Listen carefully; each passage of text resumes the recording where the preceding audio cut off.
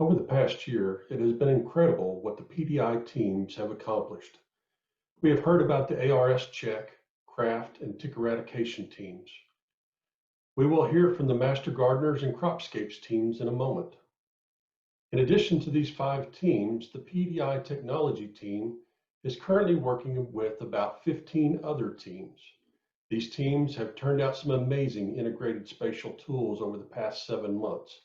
I cannot say enough about the outstanding individuals that we, PDI, have had the privilege of working with. On behalf of our entire PDI team, I want to take this opportunity to say thank you.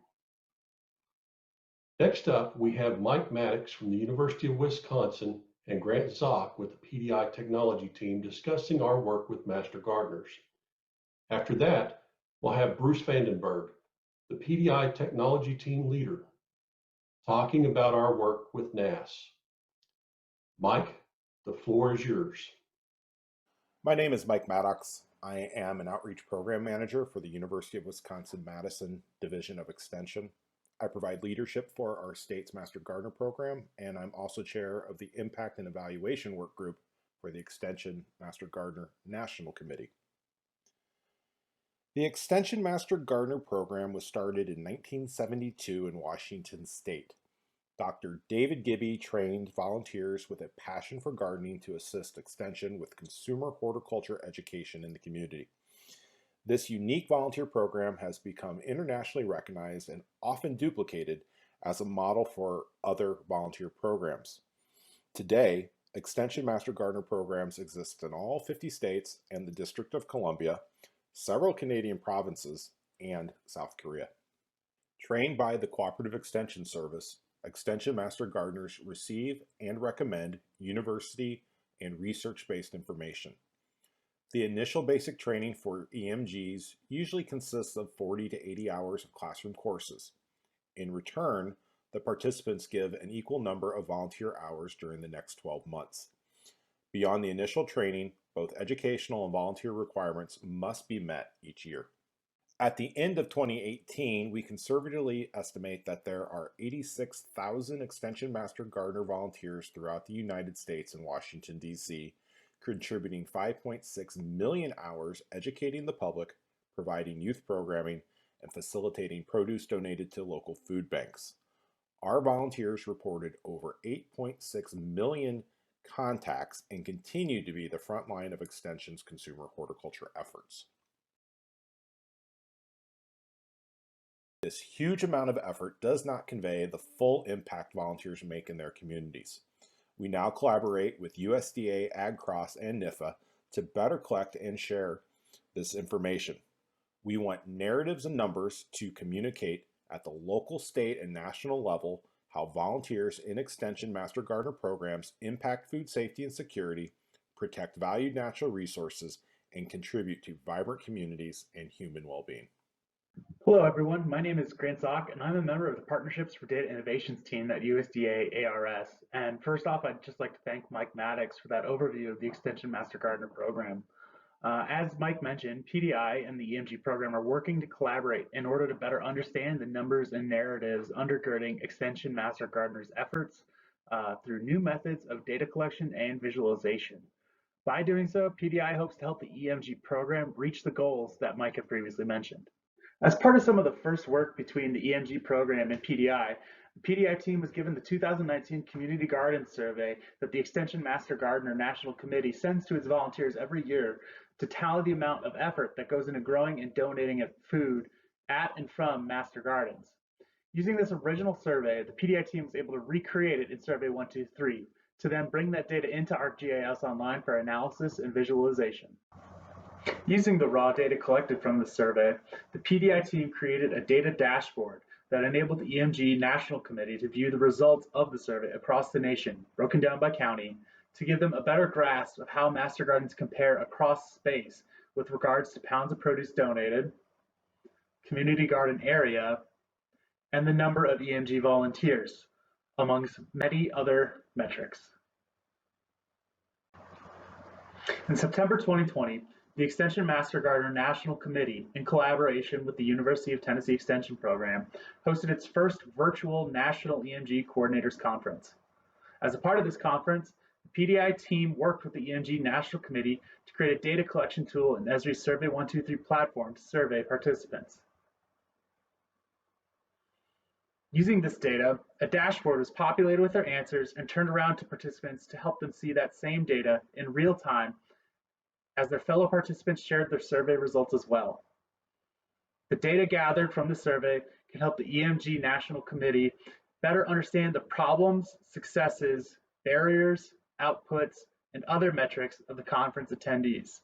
Together, this data collection and visualization helped the EMG National Committee to gather the necessary numbers and narratives needed to understand how the program impacts food security and safety, protect valued natural resources, and contribute to community and human well-being.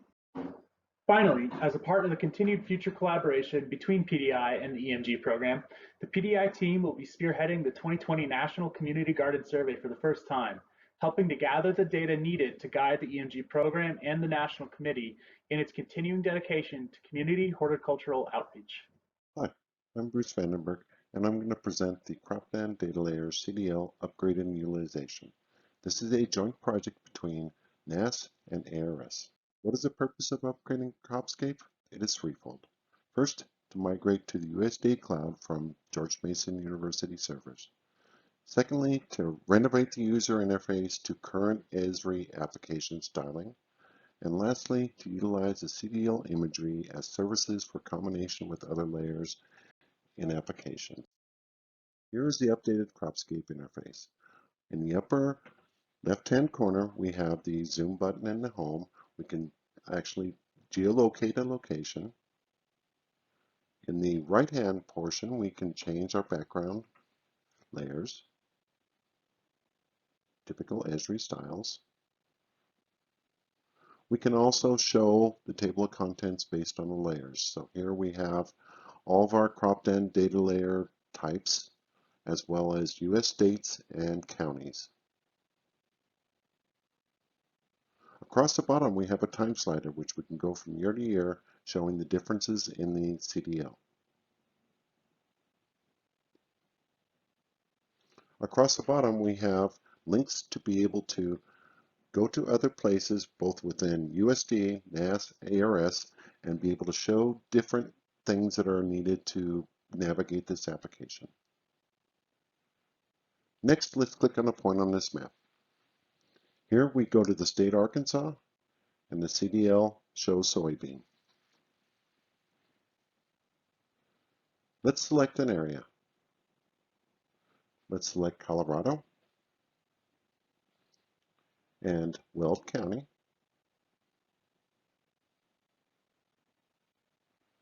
And the map automatically highlights Weld County.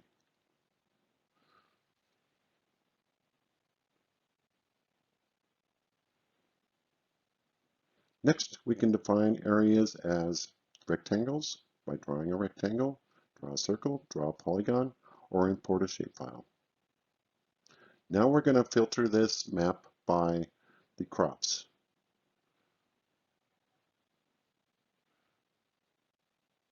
As we go through this, these are some of the common crops in Weld County.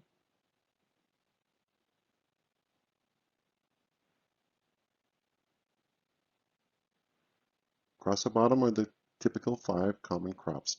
Now let's export this to a GeoTIFF. We click Export GeoTIFF and zoom into the map, look around a little bit. Next, we'll download the GeoTIFF.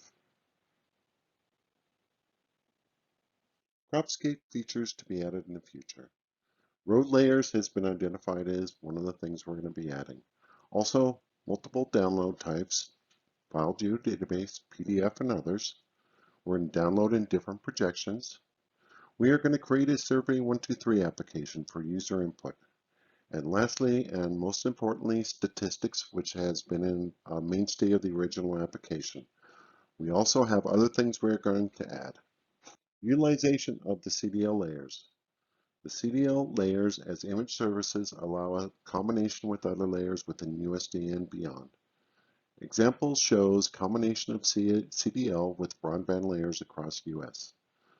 Top 5 agricultural crops are filtered out of the CDL service. Broadband polygons are highlighted, identifying counties with less than 25 MIFs of download and 3 MIFs of upload. Here we have the Broadband and Precision Ag dashboard. We click on Map Legends. It shows us the broadband upload and download speeds of 25.3 and the big top 5 agricultural crops in the CDL. We also see across the bottom those crops and also the medium upload and download speeds. We can sort by state and by county. Looking at the map, we're going to try to highlight a place where the dark green and there are no red polygons. So as we zoom in, we get to a point where the map will change and the census blocks will show up. Here we have well-served, served, and unserved polygons.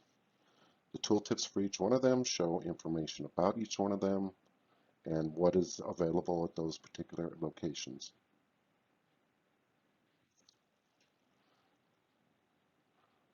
Lastly, we can turn on and off the CDLs for 2019, showing all the crops, just not the top 5 crops. Toggling it on and off, we can see comparisons. The reason for doing such an analysis is to be able to determine areas where we need to utilize such technologies as TV whitespace or other broadband techniques. Thank you for your time.